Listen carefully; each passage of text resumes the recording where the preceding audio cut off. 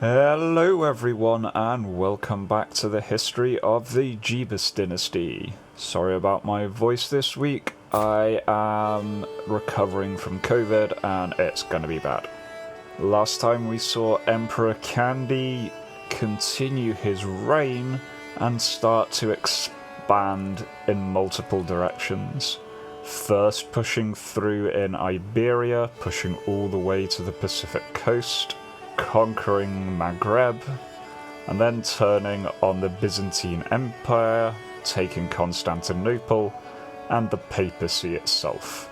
So now we continue with the final years of Emperor Kandy's reign, as the 70-year-old excommunicated emperor does what he can to set the stage for his heir, Prince Flame. Kandy's next war would be a war of vassalization of Emir Longshanks of Kulamira. The war was rapidly put to an end as the emperor's personal army marched forward, slaughtering the enemy at the Battle of Liraya. Taking the enemy's son and heir captive was a simple matter to enforce peace. Next, Kandy would turn against the Croatians, pushing Countess Elizabeth's claim on Steiermark. And for all his work expanding his dynasty, from then on Kandy was known as a patriarch. Diplomat, August, and patriarch, Kandy had clearly mastered the diplomatic lifestyle. He would spend the rest of his life focusing on medicine, trying to last as long as he could to see his dreams come true. The Croatian War was short-lived, as 70,000 men came ashore and took the Croatian capital. The Croatian king himself was captured, having only just inherited the throne from his late father days before. Wanting to secure the last strip of North Africa not completely controlled by his dynasty, Kandy next declared war on the Ibiliyad Caliphate, a holy war for the Duchy of Rif. Shortly after this war was declared, the Pope declared a new holy war, this time for Gallica Voldina, and once again Jebus's forces would promise to march. Before Emperor Kandy's troops could set off, yet another uprising took place, this time in his homelands. And for his part in pledging his soldiers to carry out the Holy War, Kandy's excommunication was lifted. Few groups of Kandy's army turned around midway to Morocco to finish off the rebellion before it started. They would then hurriedly sail to reinforce Kandy's army in North Africa. The enemy were then engaged and destroyed in the Battle of Menkes, 80,000 imperial troops descending on 10,000 defenders. Further 5,000 being slaughtered a week later. While the war was still being fought, the crusade was launched. Dividing his army in two, Kandy sent half his forces to the new Crusades. Wanting to bring the Eastern Holy War to a quick end, Kandy's troops assaulted the enemy capital. Losing 10,000 men in the attack, they were able to capture the enemy caliph, and so bring the fighting to a swift end. Then, in order to maintain his large and disparate empire, from there forward, Jebus dynasty started focusing on local customs, beginning with language scholarship, learning the many languages within the empire. For a final battle fought outside of Kiev, victory was declared in the crusade. And for Kandy's efforts, his cousin Mirka was placed on the throne of the newly formed Galicia. With age creeping up on him, Emperor Kandy turned his attention once more to Byzantium, declaring war to put his vassal, Count Fonteius, onto the throne of Epirus, which would carve the Byzantine Empire in two. The first engagement of the war was a success. Byzantine forces attempted to land in Lyce and were summarily slaughtered, losing 20,000 forces in only days of engagement. The survivors of the Byzantine expedition force fled to the papal territory and were cut down. All 18,000 destroyed, the empire now had no standing army. After seizing the Byzantine capital at Brissis, victory could be declared. Holy Roman Emperor now controlled a large swathe of Greece and Anatolia, the Byzantines much weakened. To celebrate his victory and ensure a peaceful transition, Kandy organised a grand wedding for his son Flame. Outside the gates of the grand wedding, attended to by emperors and popes, another peasant uprising was held. Angry at the interruption, Kandy ordered the Imperial Guard sent out and slaughtered the rebels at Balam. And as the wedding guests departed, the last of the rebels were put down in Malta. Even at the age of 77, Kandy would not rest. Declared war on the Emir of Homs, aiming to strengthen his hold on the eastern Mediterranean. Catching the enemy at the Battle of Rafina Krak, Imperial forces slaughtered them, and swiftly moved on to take Homs. And with the fall of the city, victory was soon declared.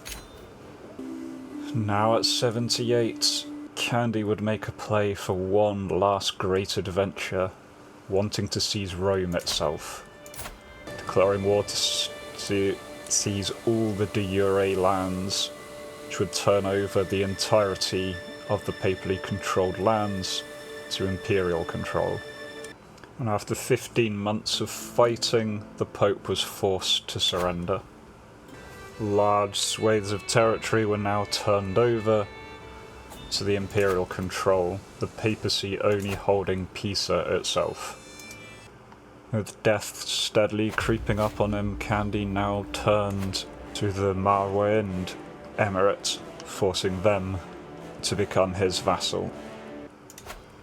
The war would last a bare 7 months, and the imperial realms would further expand eastward. At the same time, the royal jousting grounds at Palermo were now larger than ever, Palermo rapidly becoming a cultural centre of the Mediterranean. As Emperor Kandy entered his 80th year, an opportunity presented itself. His truce with Byzantium had ended, and one of his counts had claims on both the Duchy of Philippopolis and Thessalonica, which would greatly expand his control in the former lands of the Byzantine Empire. Hoping for another quick victory, Kandy declared war. Emperor Kandy's troops came ashore outside Constantinople and dealt Emperor Isaias a major blow, destroying 20,000 troops in the first engagement of the war. The war then progressed rapidly as Kandy's troops deployed the new invention, the bombard, which made quick work of the enemy gates. When ambushing the Byzantine troops at the Battle of Didymochion, Kandy was able to force the Byzantine Emperor to surrender, granting the Holy Roman Empire control over Thessalonica. Kandy then turned on the small outcrop of Satif in North Africa that had yet to bend the knee, declaring war to vassalize Wali Hussam. The war lasted 9 months until victory could be declared, Kandy adding more to his ever-growing realm. Then as his tensions swung back east, he declared war to forcibly vassalize the Andrisid Emirate. Continuing his earlier decrees at increasing the integrity of his empire, the Jebus dynasty began to employ efficient interpreters. 8 months into the war, the enemy emir's son was captured and was forced to bend the knee to Emperor Kandy. Having just created the title of the Kingdom of Italia, Kandy had all he needed to declare war on the Pope once again, aiming to finally vassalize the head of the Catholic Church. Before Kandy's death, it became well known that the Jebus dynasty was a legendary name known throughout the world. Controllers of the Mediterranean and masters of the West, Kandy had finally added a great crown to his long and fruitful career. Repeating the pattern of ancient battles, imperial troops struck from the sea, destroying the papal troops at Pisa, and the bombards rapidly brought down Pisa's walls, and the Pope was forced to surrender. All of the Italian peninsula was now under imperial control, and the Pope was simply another vassal. In 1317, Kandy's wife, Hoderne, passed away. Kandy's closest ally and soulmate was now dead. Kandy, at 84 years old, still remained. A new opportunity presented itself in 1318 when King Odilo of Croatia was excommunicated. Kandy immediately jumped at the chance of declaring war. At the same time, yet another civil war broke out with a peasant uprising, striking as the army was already gathering to leave. With the army already raised and in position, it did not take long for the rebellion to be put down. Then, as the war was ongoing, in 1318, Emperor Kandy finally breathed his last. At the age of 85, he had been emperor for 42 years. He had long been known as a living legend and a religious icon. A diplomat, August, and a patriarch, he was a diplomat known throughout the world. His life had been a brutal one, fighting in 25 wars, including 7 defensive wars and 1 great holy war.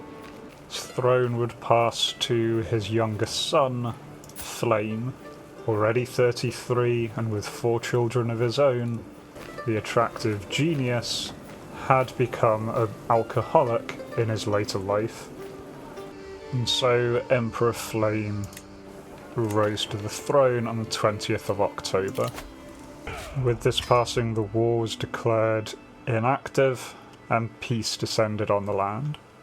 And so for today we close the book on the Jebus dynasty with the end of the Kandy era. However, Flame was determined to live up to his great ancestors. Notably, a new dream that was brewing in the Jebus dynasty was to refound the ancient Roman Empire.